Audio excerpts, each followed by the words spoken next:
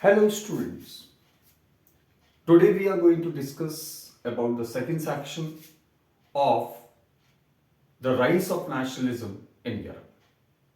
और इसमें सबसे पहले हम जो शुरुआत करने जा रहे हैं वो हम सेक्शन 2.1 में the making of nationalism in Europe यानी कि यूरोप के अंदर नेशनलिज्म का उदय कैसे हुआ, कैसे वहां पर नेशनलिज्म की शुरुआत होती है। सबसे पहले अगर हम बात करते हैं 18th सेंचुरी यूरोप की, in the 18th century Europe उस समय वहां पर कोई भी नेशन स्टेट्स अवेलेबल नहीं थे। That means if you see the map of the mid 18th century Europe, you will find that there were no modern nation state like that of Italy or Germany or Switzerland. इस तरह के countries आपको वहां पर देखने को नहीं मिलेंगे यूरोप के मैप के ऊपर। 18th century, I am just talking about the mid 18th century map of Europe. ये जो हमारे रीजन्स थे, ये जो कंट्रीज थे like that of Switzerland, Italy या जर्मनी, ये छोटे छोटे किंगडम्स या डचीज या कैंटन्स किसमें डिवाइडेड थे? किंगडम्स में या डचीज में। डचीज दैट मींस जिनको ड्यूक्स रूल करते थे। Cantons they were even you can say the smaller area, जैसे आपके आज के लोकली कोई छोटा सा आपका टाउन, आसपास का कोई टाउन आप कह सकते हो। Rulers had there autonomous territories, उनकी अपनी टेरिटरीज ऑटोनोमस टेरिटरीज थी, यानी कि वो इंडिपेंडेंटली बिना किसी रेस्ट्रिक्शंस के वो अपनी पावर्स को यूज किया करते थे, अपनी एडमिनिस्ट्रेटिव पावर्स को वो यूज किया करते थे। यूजुअली ये वो रूलर्स थे जिनको किंग्स अपॉइंट करते थे to look after a particular territory in return of their services. जो वो राजा के लिए अपने सर्विसेज प्रोवाइड करते थे, तो उसके बदले में राजा खुश होकर उनको टेरिटरीज जो है वो दे दिया करते थे, और यहां पर वो इंडिपेंडेंटली अपना रूल किया करते थे। दे वर कलेक्टिंग द रेवेन्यू, और कुछ ट्रिब्यूट जो है वो राजा के पास भेजा करते थे। ईस्टर्न एंड सेंट्रल यूरोप की अगर हम बात करते हैं तो यहां पर हमारी ऑटोक्रेटिक मोनार्कीज थी। Again, autocratic, that means they were ruling independently without any restrictions over their powers. और इनकी टेरिटरीज के अंदर जो लोग रहने वाले थे वो एक दूसरे से बिल्कुल डिफरेंट थे। They were belong to the different ethnic groups.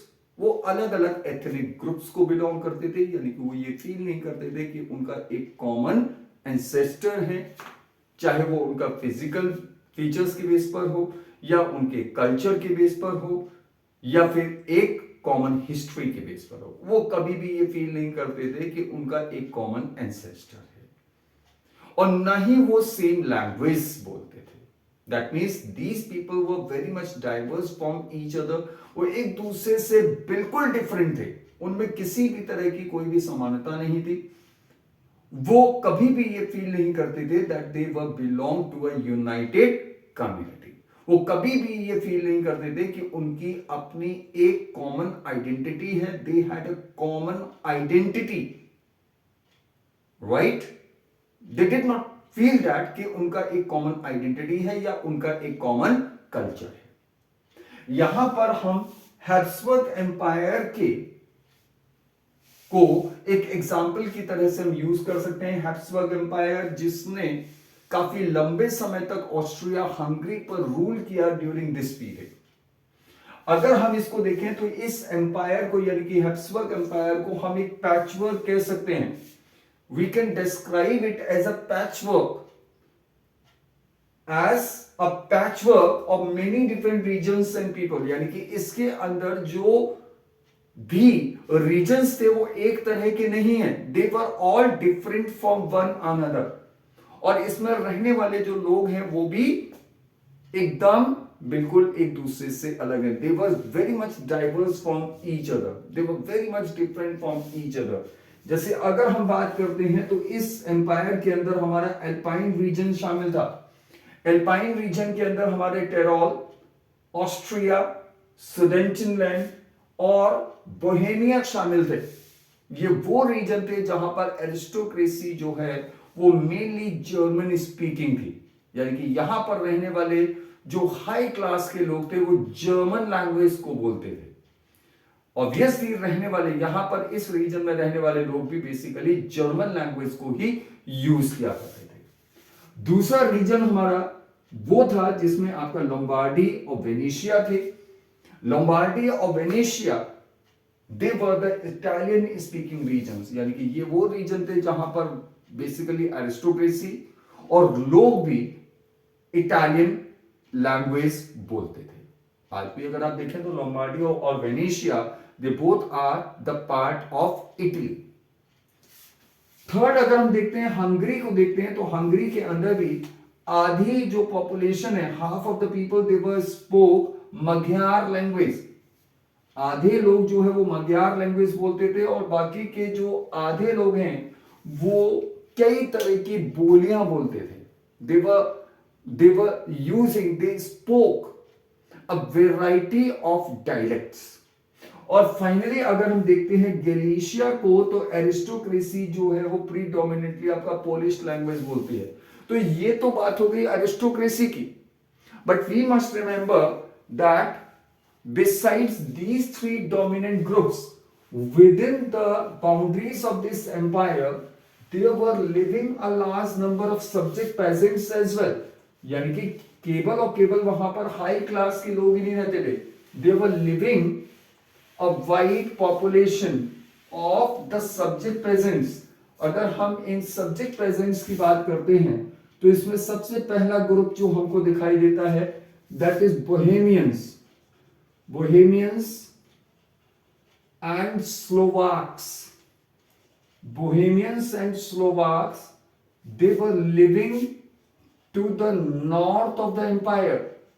ये हमारे कहां रहते थे? एम्पायर के, यानी कि हैब्सबर्ग एम्पायर के नॉर्थ में।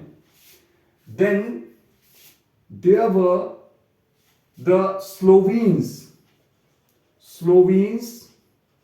who were living in Carniola. Slovenes ये दूसरा हमारा एक डोमिनेंट पेजेंट ग्रुप था, सब्जेक्ट पेजेंट ग्रुप था जो हमारे कहां रहते थे? कार्नियोला में, right. Then third dominant group was that of Croats they were living to the south of the empire के साउथ में हमारे कौन थे? Croats. And finally if you talk about another group of subject peasants, that was of Romans, they were living to the east in Transylvania। So you can see that how this Habsburg Empire was a patchwork। हम इसको क्यों कह रहे हैं? Because it was made up of the different types of region, fragmented territories as well as you can say many different kinds of people. ये जो है वो अलग अलग तरह के रीजन्स इसमें शामिल है, अलग अलग तरह के लोग इसमें शामिल हैं। सबसे पहले अगर हम बात करते हैं तो सबसे पहले अल्पाइन रीजन है जिसमें टिरोल है, ऑस्ट्रिया है, सुडेंटनलैंड के साथ साथ बोहेमिया है जहां पर एरिस्टोक्रेसी जर्मन स्पीकिंग है। दूसरा रीजन हमारा लोम्बार्डी और वेनेशिया का है जहां पर लोग basically if we talk about aristocracy तो एरिस्टोक्रेसी जो है वो बेसिकली आपकी इटालियन स्पीकिंग है। तीसरा रीजन हमारा हंगरी का है। हंगरी के अंदर half of the people they spoke Magyar language और बाकी के जो आधे लोग हैं वो हमारा वेराइटी ऑफ डायलेक्ट्स यानी कि कई तरह की बोलियां वो बोलते हैं। गैलिशिया के अंदर एरिस्टोक्रेसी जो है पोलिश स्पीकिंग है। इन एरिस्टोक्रेटिक ग्रुप्स के अलावा भी हमारे सब्जेक्ट पेजेंट्स ग्रुप हैं वहां पर। जैसे अगर हम बात करते हैं बोहेमियंस और स्लोवाक्स की तो ये एम्पायर के नॉर्दर्न बाउंड्री पर हैं। देन स्लोवीन्स हैं कार्नियोला में, क्रोएट्स हैं साउथ में और रोमिन्स हैं ईस्ट इन ट्रांसिल्वेनिया। अब आप खुद ही अंदाजा लगा सकते हो कि जब इतना वैरायटी ऑफ पीपल, ये सारे लोग डिफरेंट एथनिक ग्रुप्स को बिलोंग करते हैं, ये सारे लोग डिफरेंट लैंग्वेजेस बोलते हैं, तो इनमें ये फीलिंग होना कि they were all belong to the same nation, या ये फीलिंग होना कि उनकी आइडेंटिटी, उनका कल्चर सेम है, एक कॉमन आइडेंटिटी को फील कर पाना, ऐसा पॉसिबल किसी भी हालत में नहीं था। And this was the reason कि वो अपने आप को बिल्कुल एक दूसरे से डिफरेंट देखते थे। Is it fine? So this was the reason that why we are saying कि हमारा जो उस समय के नेशन स्टेट्स, हमारे उस समय यूरोप के अंदर नेशन स्टेट्स एग्जिस्ट नहीं करते थे, क्योंकि लोगों के अंदर एक कॉमन आइडेंटिटी वाली फीलिंग बिल्कुल भी एग्जिस्ट नहीं करती थी। Is it fine? So just take a break.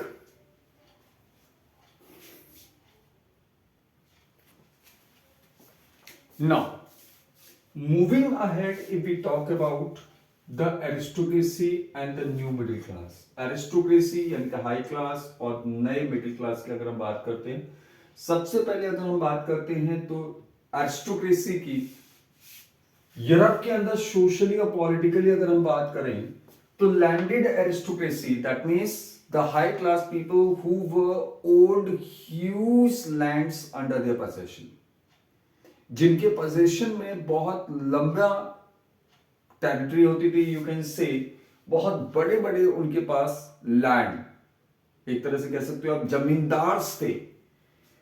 Features, अगर इस लैंडेड एरिस्टोक्रेसी के फीचर्स को अगर आप देखें तो they were owned vast estates in the countryside, यानी कि विलेजेस के अंदर, कंट्री साइड के अंदर उनके पास बड़े बड़े खेत होते थे, बहुत बड़े बड़े लैंड्स होते थे, एंड टाउन हाउसेस, और जो सिटीज होते थे, जो पास के आसपास के टाउन्स होते थे, उनमें भी उनके घर हुआ करते थे, यानी कि they were living in the towns and old vast estate in the country side.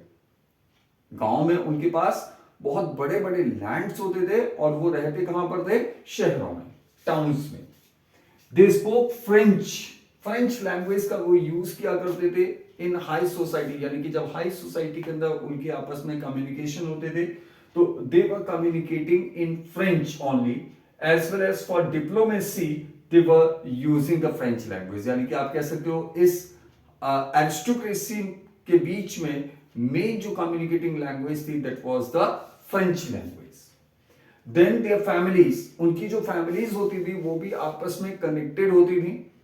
इनकी फैमिलीज में आपस में मैट्रिमोनियल अलायंसेस यानी कि वैवाहिक संबंध भी होते थे, आपस में ये लोग एक दूसरे की फैमिलीज में शादियां भी किया करते थे। लेकिन ये जो लैंडेड एरिस्टोक्रेसी थी, this was numerically very small, यानी कि ये लोग नंबर्स में बहुत ज्यादा नहीं थे, इनकी पॉपुलेशन बहुत ज्यादा नहीं थी। मेजोरिटी अगर पॉपुलेशन की देखें तो ये पेजेंट्स पॉपुलेशन थी, ठीक है, basically consisted of the peasantry, you can say the peasant population was there.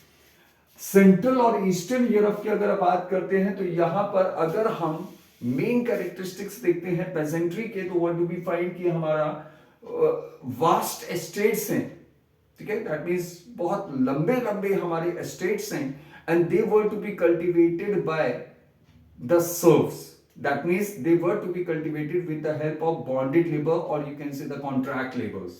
बड़े बड़े हमारे लैंड्स होते थे, वास्ट एस्टेट्स होते थे और इनको कल्टीवेट किया जाता था बाय द सर्व्स। और अगर हम वेस्टर्न यूरोप में आते हैं, वेस्टर्न यूरोप के अंदर हमारे लैंड होल्डिंग्स स्मॉल हैं, that means there were the small land owners as well as there were the tenants.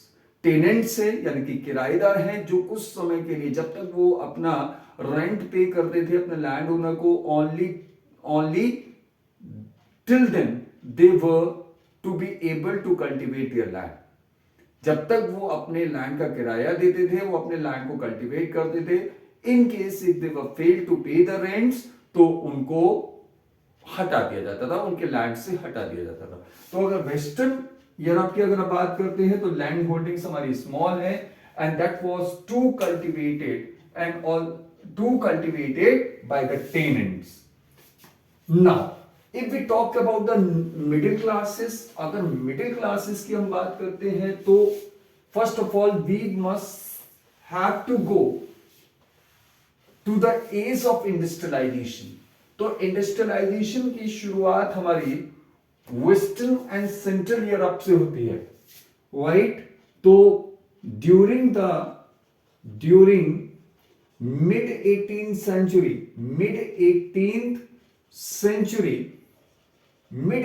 Century में आपका central parts of central Europe and western Europe, यहां पर क्या होता है आपका industrialisation, beginning of industrialisation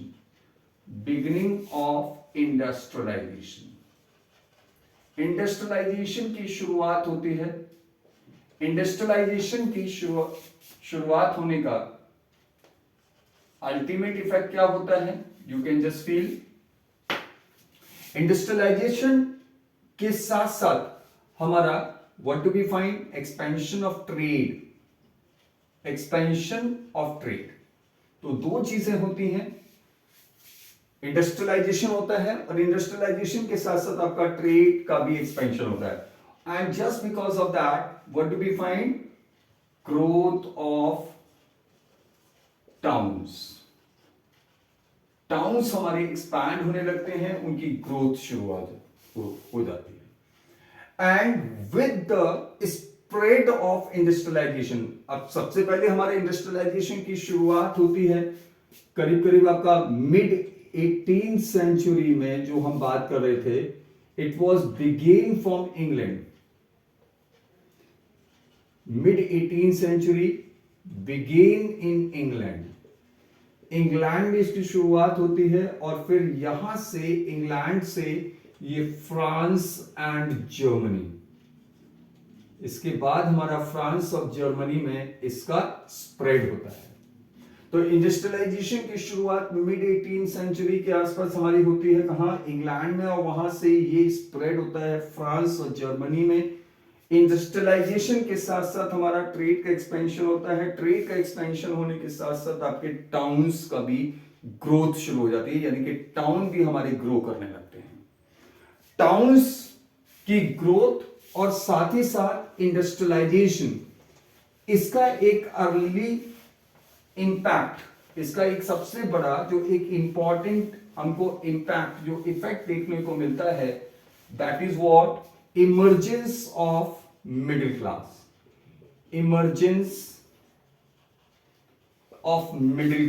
basically you can से middle class. अब ये मिडिल क्लास में बेसिकली कौन लोग हैं, आप इनको उन लोगों से भी जोड़ सकते हैं, ये वो क्लास है लोगों की जिनकी प्रोस्पेरिटी, जिनका सर्वाइवल डिपेंड कर रहा था एक्सपेंशन ऑफ ट्रेड और इंडस्ट्रियलाइजेशन के ऊपर, कि जितना ज्यादा हमारा प्रोडक्शन होगा गुड्स का, जितना ज्यादा हमारा इंडस्ट्रियलाइजेशन का एक्सपेंशन होगा, जितना ज्यादा हमारा ट्रेड का एक्सपेंशन होगा, उतने ही ज्यादा ये क्लास, जिसको हम मिडिल क्लास बोल रहे हैं, इसका ग्रोथ होगा। सो this industrialization and expansion of trade, together with that the growth of towns, led to the emergence of middle class, जिसमें आपके basically there were businessmen, there were the industrialist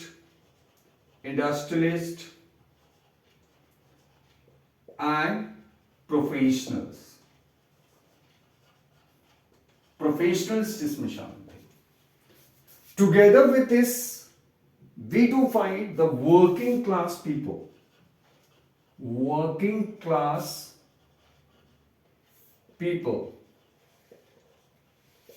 were also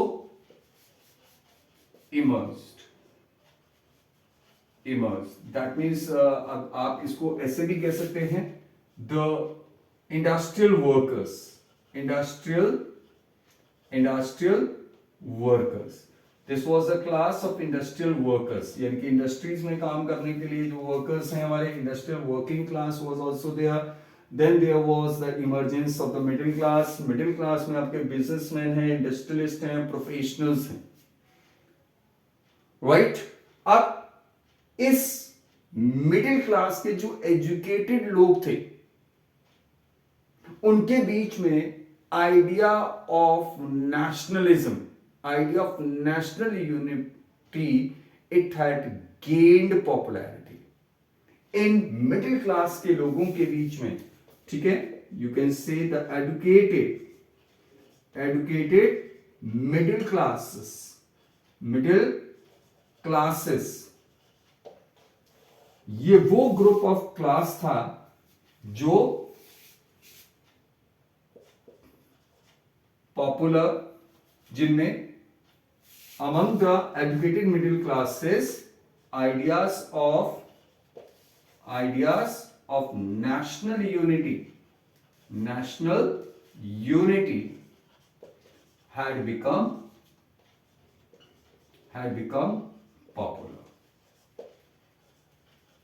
So this is what you can find. अगर हम बात करते हैं during the mid 18th century में हमारे industrialisation की शुरुआत होती है सेंट्रल और वेस्टर्न यूरोप में।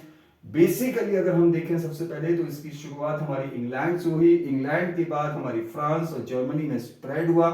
With the beginning of industrialisation हमारा ट्रेड का एक्सपेंशन हुआ, टाउन्स का ग्रोथ हुआ और साथ ही साथ हमारे मिडिल क्लास का भी इमर्जेंस हुआ। एक ऐसी क्लास, एक नई क्लास का उदय होता है, एक ऐसी नई क्लास का इमर्जेंस होता है जिसका सर्वाइवल जो है वो इंडस्ट्रियल प्रोडक्शन पर डिपेंड कर रहा था। और इसमें कौन लोग थे? बिजनेसमैन, इंडस्ट्रियलिस्ट और प्रोफेशनल्स, और इसके साथ साथ हमारी एक इंडस्ट्रियल वर्कर्स की क्लास भी यहां पर इवॉल्व हो गई। इस क्लास के अगर हम बात करें एजुकेटेड मिडिल क्लासेस की, इस जो ये मिडिल क्लास है इसकी प्रोस्पेरिटी डिपेंड कर रही थी इंडस्ट्रियल प्रोडक्शन के ऊपर। और ऑब्वियसली हमारा इंडस्ट्रियल प्रोडक्शन चूंकि एक्सपैंड हुआ, टाउन्स हमारे एक्सपैंड हुए, तो obviously this had brought prosperity to this middle class people, to these middle class people. दे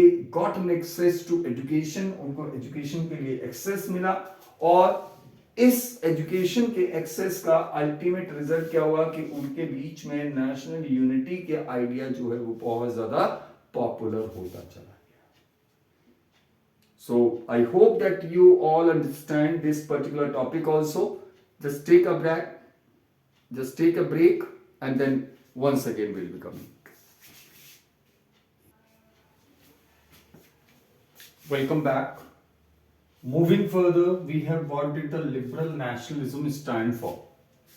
यानी कि यहां पर हम बेसिकली बात करेंगे कि लिबरल नेशनलिज्म के बारे में। What do you mean by the liberal nationalism? Actually, if we see the 19th century nationalist movement, अगर हम यूरोप के अंदर नेशनल यूनिटी का जो एक प्रोसेस चल रहा था उसको अगर हम 19th सेंचुरी के शुरुआत में देखते हैं तो ये जो हमारा नेशनलिज्म का जो फीलिंग है, जो प्रोसेस है, वो हमारा क्लोजली रिलेट हो जाता है लिबरलिज्म के साथ। What is liberalism? अब लिबरलिज्म का अगर हम मीनिंग देखें तो that is liberalism, the word liberalism had originated from the Latin root word liber. Liberalism जो है ये वर्ड हमारा आया है लैटिन रूट वर्ड लाइबर से, जिसका मतलब होता है फ्री। नाउ अगर हम मिडिल क्लासेस की बात करें, मैंने आपको अभी बात किया था, अभी इसी चैप्टर के इसी टॉपिक के लास्ट अभी सेक्शन में मैंने बात किया था कि हमारा एक मिडिल क्लास इमर्ज हो गई थी just because of the spread of industrialisation, just because of the growth of new cities. तो ये जो मिडिल क्लासेस थे, मिडिल क्लास के लोगों के लिए लिबरलिज्म का क्या मतलब था? इन लोगों के लिए लिबरलिज्म का मतलब था फ्रीडम फॉर द इंडिविजुअल, यानी कि सभी लोगों के लिए freedom and equality of all before the law. That means they were wanted that all kind of privileges must come to an end. सभी तरह के प्रिविलेजेस हमारे क्या हो जाने चाहिए? खत्म हो जाने चाहिए। And all were to be treated with equality by the law. Law के सामने, यानी कि कानून का एक राज्य होना चाहिए और सभी लोगों को कानून के अकॉर्डिंगली, मतलब सभी के लिए एक सा कानून होना चाहिए, किसी के लिए भी किसी भी तरह का कोई भी प्रिविलेज या डिस्क्रिमिनेशन डिफरेंस नहीं होना चाहिए। Politically they emphasise the concept of government by consent. Politically अगर हम बात करें तो वो एक ऐसी गवर्नमेंट चाहते थे, एक ऐसी गवर्नमेंट जो सभी लोगों की सहमति से काम करे। गवर्नमेंट बाय कंसेंट यानी कि सभी की सहमति से जो काम करे, तो ऐसी government obviously they were supporting the idea of a democratic government. French revolution के समय से ही जो हमारे लिबरलिज्म था, लिबरलिज्म या हम कहें जो लिबरल आइडियोलॉजी को मानने वाले जो मिडिल क्लास के जो लोग थे, वो क्या मानते थे कि सभी तरह के क्लरिकल प्रिविलेजेस यानी कि एरिस्टोक्रेटिक प्रिविलेजेस जो हैं, जो भी सुविधाएं हैं, उन सबको खत्म कर देना चाहिए। दे वर वांटेड अ कॉन्स्टिट्यूशन, वो एक कॉन्स्टिट्यूशन चाहते थे, वो एक संविधान चाहते थे। That means they wanted that the autocratic rulers or the rulers who were ruling the country in a manner by their own, that means in an autocratic manner without any restrictions over their powers। तो वो ये चाहते थे कि उनकी powers के ऊपर एक रेस्ट्रिक्शन होना चाहिए, कॉन्स्टिट्यूशन होना चाहिए, और वो कॉन्स्टिट्यूशन के अकॉर्डिंगली ही रूल करे। They were wanted a representative government through parliament। वो चाहते थे कि रिप्रेजेंटेटिव गवर्नमेंट फॉर्म हो और इस रिप्रेजेंटेटिव गवर्नमेंट को पार्लियामेंट के थ्रू कंट्रोल किया जाए। That means they were wanted to fold restrictions over the powers of the rulers, one by the constitution, because we know that constitution, that is basically a set of rules and regulations which the government is always bound to obey, and they were also wanted the restrictions through the parliament over the government। They stressed on inviolability of private property. वो private property के खिलाफ नहीं थे, वो ये चाहते थे कि प्राइवेट प्रॉपर्टी को कंटिन्यू रहना चाहिए, लेकिन they had never ever supported the idea of universal suffrage. Universal suffrage that means the universal right to vote. अगर आप देखते हैं तो फ्रेंच रिवॉल्यूशन के बाद भी हमारा जो राइट टू वोट था, it was not given to all. Right to vote was given only to a body of active citizen. अब ये एक्टिव सिटीजन्स कौन थे? बेसिकली हमारे जिनके पास प्रॉपर्टी थी, जो टैक्स पे करते थे, ठीक है। That means those who had the property and those who were paying the tax, only they were getting the right to vote, only the men. अगर हम बात करते हैं नॉन प्रॉपर्टी पीपल की या वर्किंग क्लास पीपल की who were not paying any tax, या हम विमेन की बात करते हैं, they were not given the right to vote.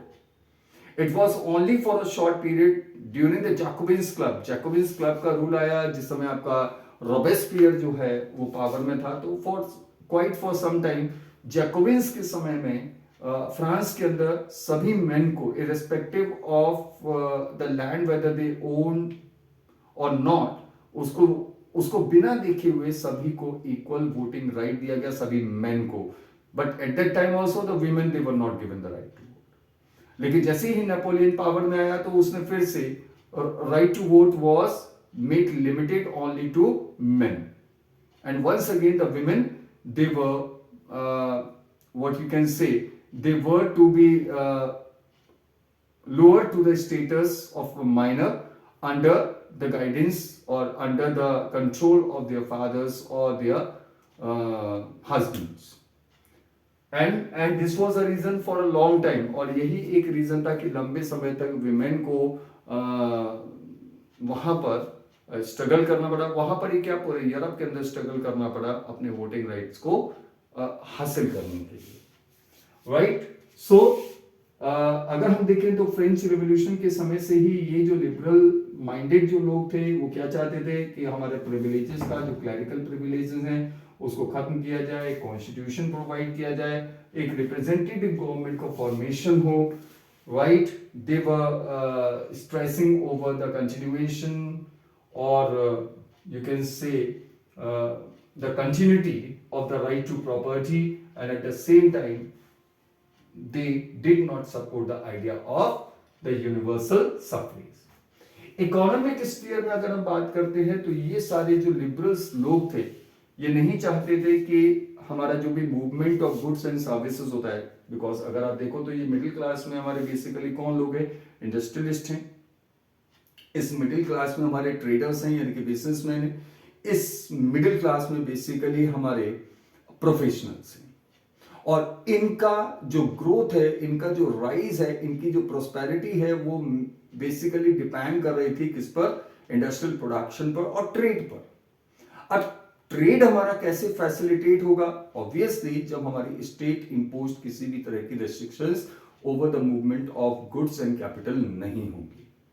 तो बेसिकली ये उनकी एक बहुत बड़ी डिमांड थी। वो ये चाहते थे कि हमारा जो मूवमेंट ऑफ गुड्स और कैपिटल है उसके ऊपर किसी भी तरह का कोई भी रेस्ट्रिक्शन गवर्नमेंट के द्वारा इंपोज नहीं करना चाहिए। और साथ ही साथ दे वर वांटेड कि हमारा जो मार्केट है वो भी, उसमें भी पूरी तरह से हमारा जो प्राइसेस हैं वो डिसाइड होने चाहिए on the basis of demand and supply. That means they were wanted the freedom of market, यानी कि वो रूलर्स के द्वारा या गवर्नमेंट के द्वारा किसी भी तरह की रेस्ट्रिक्शन के बिल्कुल भी फेवर में नहीं थे।